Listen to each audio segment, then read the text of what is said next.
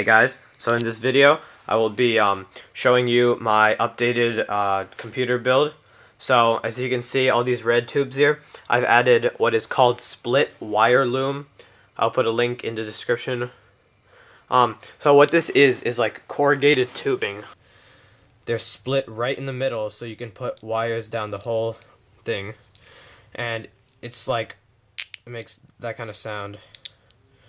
So pretty much I've put it to hide all the black wires and make it look more of a red themed because I had red LED fans, and these are really cheap. I got a 5 foot of this small tubing. This is the 1/4 inch for about $5 for 5 feet, and I bought this from electroduct.com. All links will be in the description.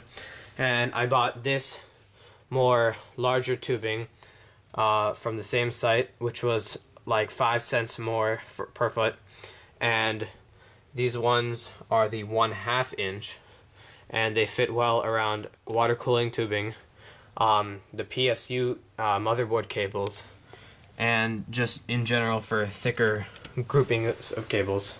Everything that I had looks really cool. I'm deciding on whether or not to keep these ones. They look okay. Don't care for them too much.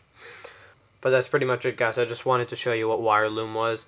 I wanted to thank Johnny Phung for his wire loom idea.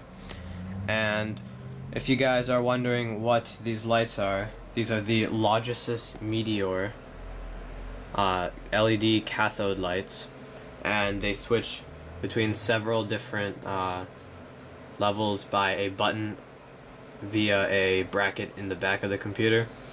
I have it controlled with my fan controller because sometimes I don't like the lights on. So looks pretty cool. I'll show you guys from the top view with all the red wire loom inside.